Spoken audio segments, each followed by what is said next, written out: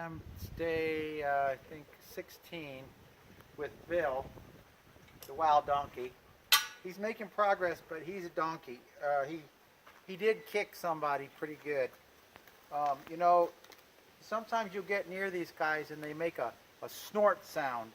And when they do, that's a warning that they're fearful, angry, something like that. He snorts at me sometimes, but it's not a full snort. If he does snort at me, I take the whip and I make him move, and push him away.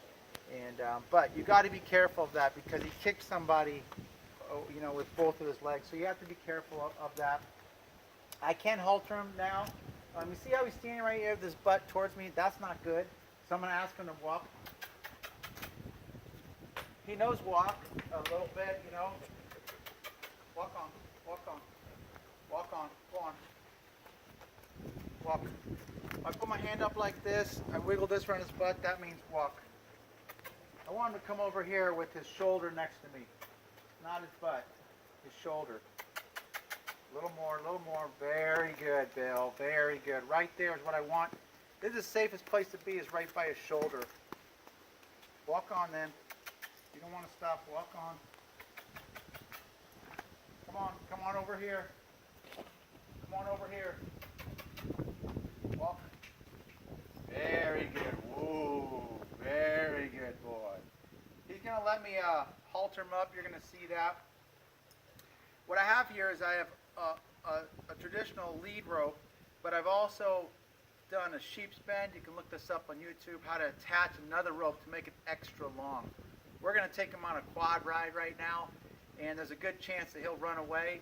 And if they run away, you want an extra long lead rope so it's easier to pick it up so you don't have to get that close to him. You'll also see how I tie him up a little bit too when I use the long rope. So he lets me halter him, and I'll show you how you do it the first time. If you just approach his face by putting this towards his face, he's naturally going to move away. So what you have to do is you have to go under their chin and then come up and hook them.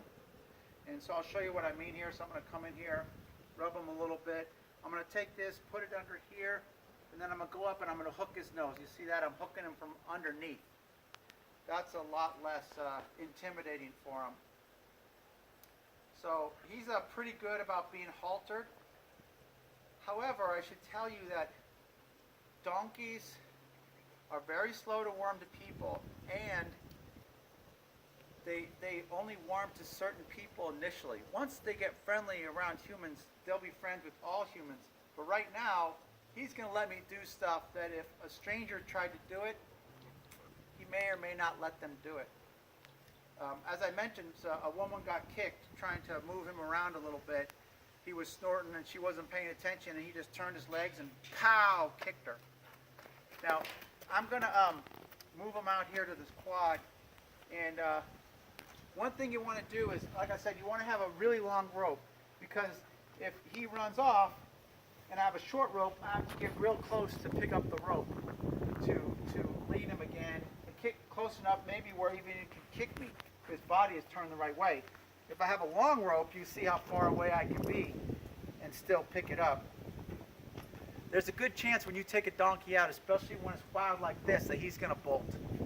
That's just something you have to work through.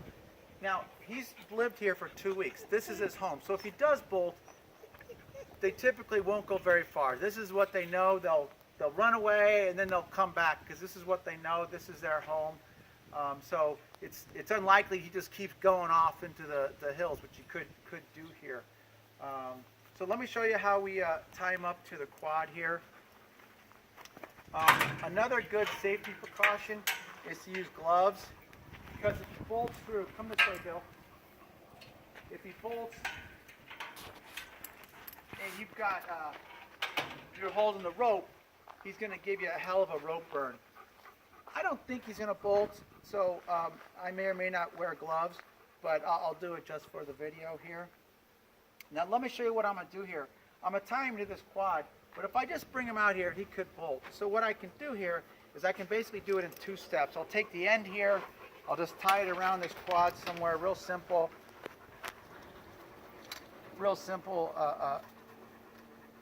Tie here. And now if he goes to bolt here, he's going to be tied here. Now I'll bring him out with the shorter one and try to tie the shorter one here so he's more closely tied to the quad. You don't want a real long rope because he'll get tangled up in the quad and his feet and create a mess. You want a shorter one. So let's ask him to come out here. He's done this probably 4 or 5 times, so he kind of knows what I want. Come on, buddy. Come on, buddy. You notice there's lots of dogs here. I don't mind the dogs. They just get used to them and they just ignore them. Come on, a little further, buddy. Very good, very good. Now this is where he's puzzled. He's thinking about what he's going to do here. So I'm going to take this end of the rope and I'm going to do a quick knot here. You know, we have to assume that he's going to bolt. You know, he may or may not, but we have to assume that he will. So that's how we have to treat it. So you need to be cautious. He's still a wild animal and he can do a lot of harm, you know, accidentally or intentionally to somebody. So he's tied now, great. What I'm going to do now is he knows walk. He knows walk means go forward. So I'm going to get on this quad and take him for a trip. Now let me tell you what I've done. He's done this probably about 5 or 6 times. The first 3 times I tied a friendly donkey here. And he was next to the friendly donkey and then was asked to go. Now they pretty much just ignore the friendly donkey, even though the friendly donkey was walking very calmly. He kind of, you know, donkeys will make up their own mind. A horse, if you had a horse here and a horse here, the horse here is going to follow this horse. A donkey, even if there was another donkey right here being calm, they don't care. They're making up their own mind, and if some other donkey is being calm, that doesn't matter to them. They're going to decide themselves what they do. Now, so the first few, he was with another donkey. Then he's walked by himself 2 times. And so we're going to jump on here and see how he does. There's a good chance he doesn't go forward, and I'll have to jump off and tickle him with that whip, and we'll see how it goes here. Look out, Jeff. I'm going to go about 3 miles an hour. That's walking. Right, so I'm going to give him a walk signal. Head walk, head walk. Come on, head walk. I want him to take 1 or 2 steps. There you go.